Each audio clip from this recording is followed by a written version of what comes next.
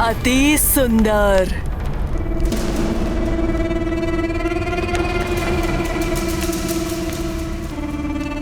कौन? उसकी पत्नी, जिसके कारण मेरी ये दुर्दशा हुई। पत्नी? हाँ भ्राताश्री, युगों से ऐसी सुंदर स्त्री पृथ्वी पर पहले कभी नहीं जन्मी होगी। ये क्या कह रही हो तुम? मैं सत्य कह रही हूँ भ्राताश्री। सुकुमार तन, खंजर नयन, मृदुल हास्य, मनमत के मन को भी मोह ले, रति लजा जाए, अप्सराएं भी अपना मुंह छुपा ले। ऐसी है उसकी सुंदरता। भ्राताश्री, उसका स्थान उस वन में नहीं, इस लंका में होना चाहिए। लंकाधीश के साथ होना चाहिए। चिंता ना करो बहन, मैं जानता हूं कि मुझे क्या करना है। और फिर रावण की योजना अनुसार उसका मामा मारीची स्वर्ण मृग का वेश धारण करके आया और भाभी मां को अपनी ओर आकर्षित करने में सफल हो गया।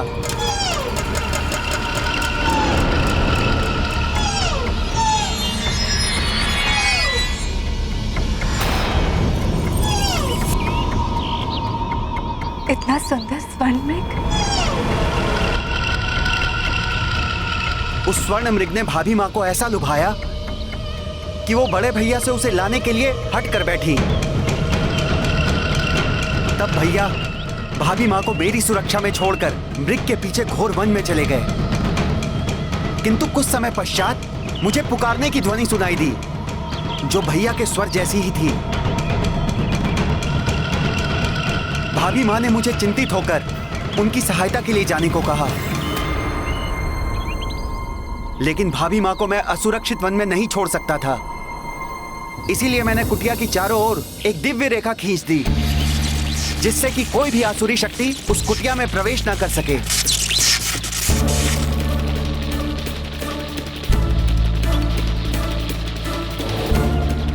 आज्ञा दे माता।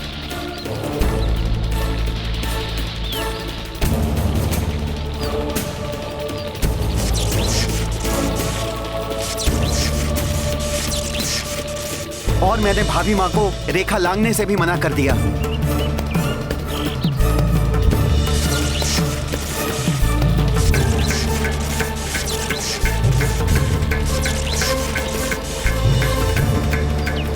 फिर क्या हुआ लक्ष्मण भैया?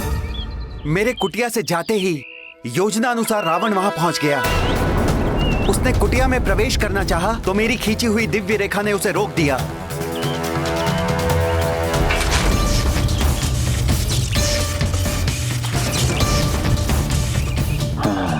तो अदृश्य सुरक्षा रेखा से सुरक्षित किया गया है इस कुटिया को।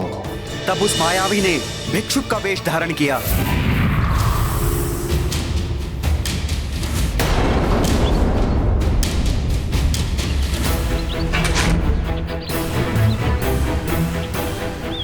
और भिक्षा मांगने का ढोंग करने लगा।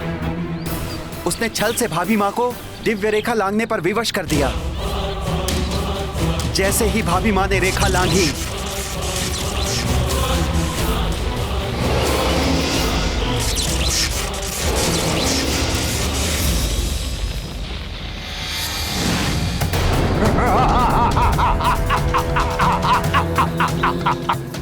कौन हो तुम? लंकेश दशानन रावण।